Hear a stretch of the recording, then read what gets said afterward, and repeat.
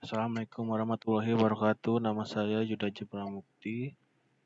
Pada kesempatan kali ini saya ingin menjawab soal UAS pengembangan sistem informasi. Langsung saja. Pada soal pertama, sebutkan satu software di sekitar kalian dan jelaskan proses pembuatannya. Software yang saya pilih sekarang adalah software Google Chrome. Cara proses pembuatannya yang pertama adalah merancang interface. Merancang interface adalah user interface atau UI adalah bentuk atau visible form dari sebuah program yang merupakan media interaksi antara program dengan penggunanya atau user. Sebagian besar programmer tidak menyukai proses pembuatan UI dalam program mereka. Hal ini cukup mengherankan karena sebenarnya yang UI cukup mudah, jelas dan menyenangkan. Lalu dalam interface ini harus ada konsistensi ya. First of all, kita harus konsisten. Selain konsisten dari sisi desain web atau sistem kita, urutan perintahnya, tindakannya, dan istilah yang digunakan pada prompt, menu, serta layar bantuan juga harus diperhatikan. Buatlah agar user dapat mengetahui apa yang harus dilakukan secara intuisi, karena mereka sudah melihat situasi yang sama pada Android kita sebelumnya. Lalu kita harus membuat shortcut. Ya. Kenapa harus membuat shortcut? Karena kita harus memberikan user atau pengunjung website kita shortcut untuk informasi-informasi yang dibutuhkan. Usahakan agar user tidak perlu bekerja terlalu keras untuk mencapai atau mendapatkan apa yang diinginkannya pada website kita. Kita dapat memaksimalkan kecepatan interaksi seperti ini. Lalu yang ketiga ada feedback. Umpan balik yang informatif.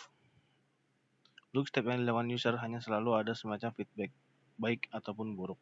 Berikan informasi terhadap aksi yang dilakukan oleh user. Contohnya apabila kita mengklik suatu link download file dalam sebuah website, maka akan muncul pemberitahuan bahwa download sedang berjalan, dan apabila telah selesai mendownload, maka akan ada pemberitahuan bahwa download telah selesai. Lalu yang keempat ada dialog closure. Pada tahap ini, kita harus merancang dialog untuk menghasilkan suatu penutupan akhir dari suatu proses. Desain langkah-langkah yang harus dilakukan agar user dapat menyelesaikan suatu aksi. Contohnya, apabila user ingin mereply suatu topik dalam sebuah forum, maka user harus menekan tombol reply to topic. Kemudian mengisi komentar pada kotak yang telah disediakan dan menekan tombol post new reply untuk mensubmit komentar yang telah ditulisnya. Lalu kita yang kelima ada membuat simple error handling. Jadi simple error handling ini adalah memberikan penanganan kesalahan yang sederhana. Desain sistem atau website kita sedemikian rupa sehingga user dapat terhindar dari kesalahan sistem.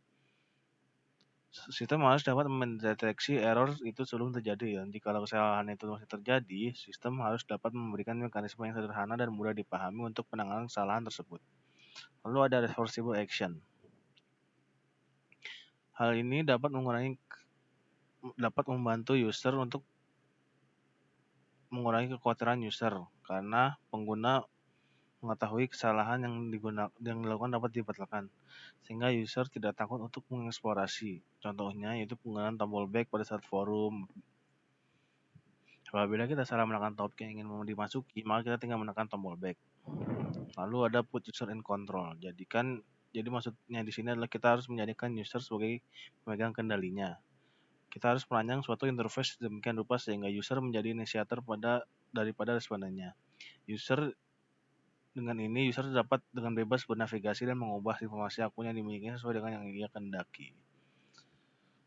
Lalu di langkah yang ke-8 ada reduce short-term memory load. Ini adalah bagian terakhir dan menurut saya ini bisa dibilang semari juga. Kita harus membuatnya sangat simpel. Kita harus membuat interface sesederhana mungkin. Maksudnya di sini bukan merancang interface sistem web dengan desain yang biasa, tetapi merancang interface yang mudah dipahami oleh user. Dengan interface yang simpel dan menarik serta dapat membantu user mengurangi beban ingatan jangka pendek, sehingga tidak perlu mengingat terlalu banyak perintah dan juga tidak dapat menghindari terjadinya kebingungan pada user. Itu adalah langkah-langkah pada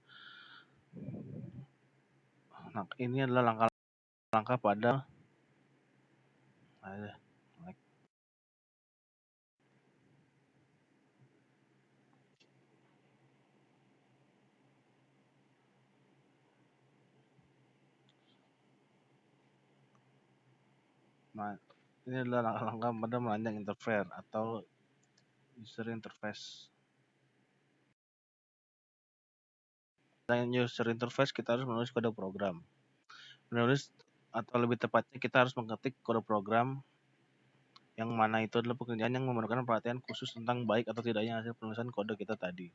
Karena dengan kode program yang ditulis dengan aturan yang baik, maka kita akan mudah untuk melakukan pengubahan maksud, logika, dan lain sebagainya. Lalu setelah kita menulis kode program, kita juga harus mengkompilasi dan membuat program. Setelah itu barulah program bisa dijalankan, software bisa dijalankan dengan baik. Itu adalah jawaban saya untuk soal nomor 1. Lalu nomor 2, rencana implementasi sistem. Menurut saya, contoh real rencana implementasi sistem adalah ada beberapa hal-hal pokok yang harus disediakan sebelum implementasi. Lalu, pertama ada persiapan tempat, lalu ada pelatihan personel, ada pembuatan dokumentasi, konversi sistem baru, dan peninjauan setelah implementasi. Persiapan tempat. Pada tahap perencanaan tempat dibagi menjadi 2, yaitu perencanaan fisik dan fasilitas. Perencanaan fisik untuk merealisasikan sistem informasi yang akan dibuat dan dibutuhkan beberapa komputer yang akan digunakan sebagai server dan klien, serta alat pencetak output atau printer. Perangkat-perangkat tersebut dirangkai menjadi sebuah jaringan LAN agar dapat saling komunikasi dan diletakkan di sebuah ruangan, khususnya di ruangan departemen penjualan. Lalu kita harus menyediakan fasilitas. Untuk menunjang kenyamanan fasilitas pegawai, perusahaan harus menyediakan fasilitas minimal berupa listrik, telepon, ventilasi, AC, karpet, keset, anti debu, meja, dan rak untuk menyimpan file dan disk. Lalu yang kedua ada pelatihan personel. Pelatihan personel sangat dibutuhkan untuk meningkatkan keterampilan pengetahuan personel serta memudahkan penerimaan mereka terhadap sistem baru.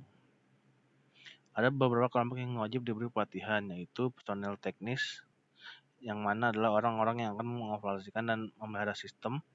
Lalu yang kedua ada pekerja dan supervisor, yang mana mereka akan berinteraksi dengan sistem untuk mengerjakan tugas-tugas dan membuat keputusan. Lalu yang ketiga adalah manajer umum atau general manager.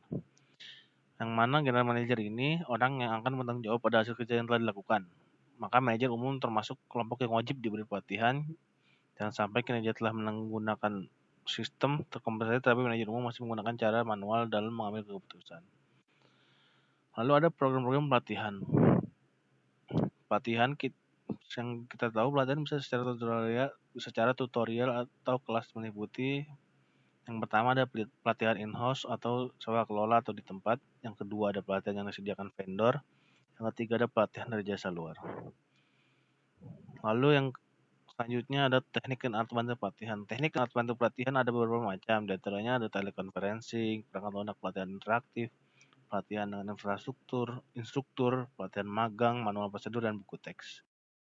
Sekian untuk jawaban saya untuk soal nomor 2. Lalu pada soal nomor 3, prosedur untuk peningkatan maintainability. Ada beberapa tahap untuk meningkatkan maintainability. Yang pertama menerapkan SDLC, System Development Life Cycle, dan SDLC.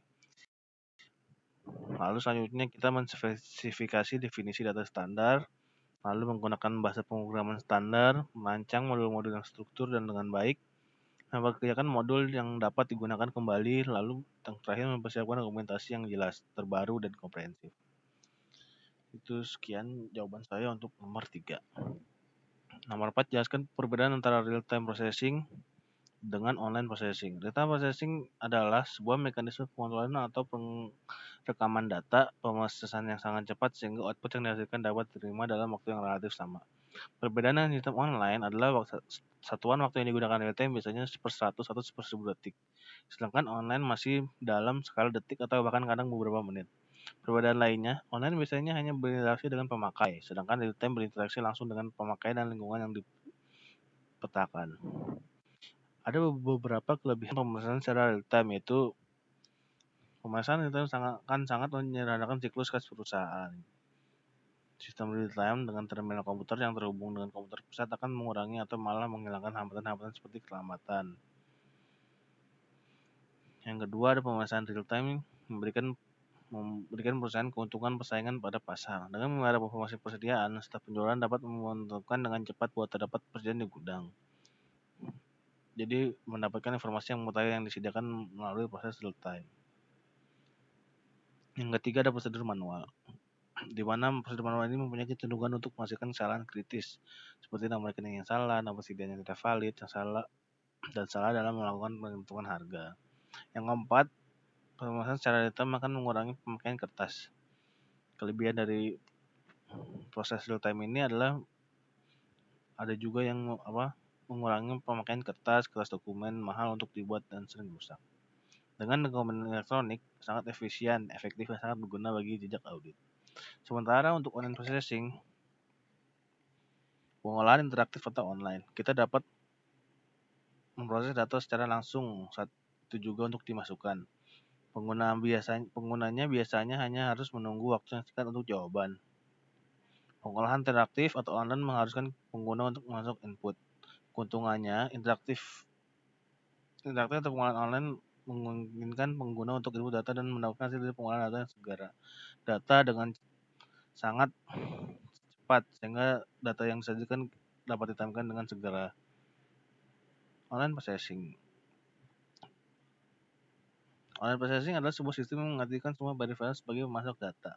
Dalam kendali komputer induk, informasi yang muncul merupakan refleksi dari kondisi data yang paling mutakhir.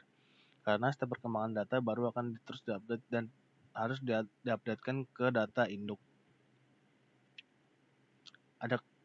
Pada online processing, ada kemungkinan terdapat data yang tidak valid yang masuk ke database. Waktu yang dibutuhkan untuk mengupdate database relatif lebih cepat daripada batch processing. Nomor 5, sekian jawaban saya untuk nomor 4. Lalu pada nomor 5, soal nomor 5 jelaskan penggunaan software ini, yaitu software capability maturity method.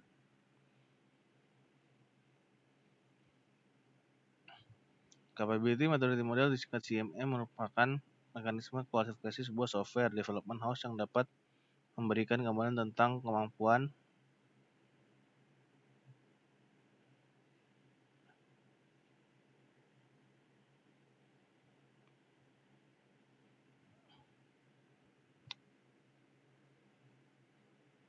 ya. Oke.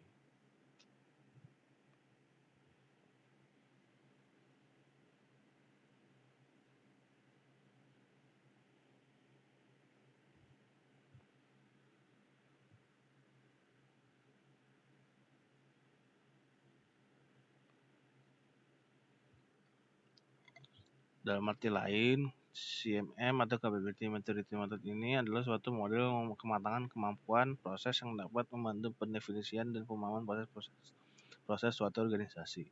Pengembangan model ini dimulai pada tahun 1996 oleh SEI, Software Engineering Institute.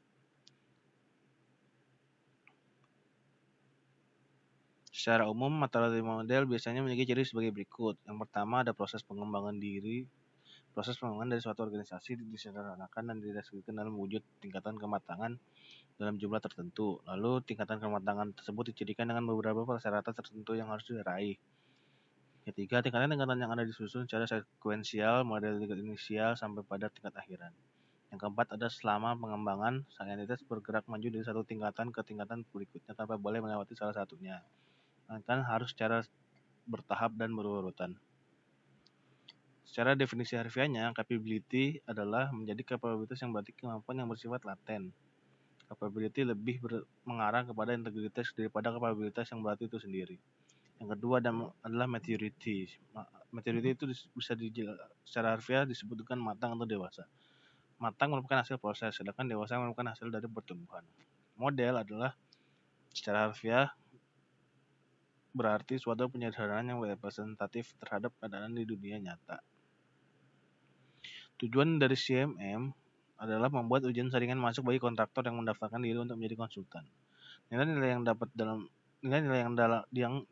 yang dilihat dalam pengukuran CMM adalah pertama ada parameter, yang kedua ada metodenya, yang ketiga ada skala penilaiannya, yang keempat ada bagaimana interpretasinya. Untuk parameter kita bisa tahu maksudnya parameter adalah apa yang kita bisa ukur, apa yang diukur, yang kedua bagaimana cara mengukurnya, yang ketiga bagaimana standar penilaiannya, yang keempat bagaimana interpretasinya. Kegunaan CMM untuk menilai tingkat kematangan sebuah organisasi, pengembangan Kegunaan CMM adalah pertama untuk memulai tingkat kematangan sebuah organisasi pengembang secara perangkat lunak. Yang kedua untuk menyaring kontraktor yang akan menjadi pengembang perangkat lunak. Yang ketiga untuk memberikan arah dan akan peningkatan organisasi sebagai top manajemen di dalam sebuah organisasi pengembangan perangkat lunak. Mengawas sebagai alat bantu untuk menilai keunggulan dan kompetitif memiliki sebuah perusahaan dibandingkan perusahaan pesaingnya. Tahapan-tahapan dalam CMM ada beberapa level. Yang pertama data initial level, yang kedua dari repeatable level, yang ketiga dari define level, yang keempat ada manage level, dan yang kelima ada optimize level. Sekian jawaban saya untuk nomor 5. Baiklah, saya telah menjawab 5 soal pada mata kuliah pengembangan sistem informasi. Jika ada kesalahan kata dan kekurangan, saya meminta maaf. Wabillahi taufiq wal hidayah. Wassalamualaikum warahmatullahi wabarakatuh.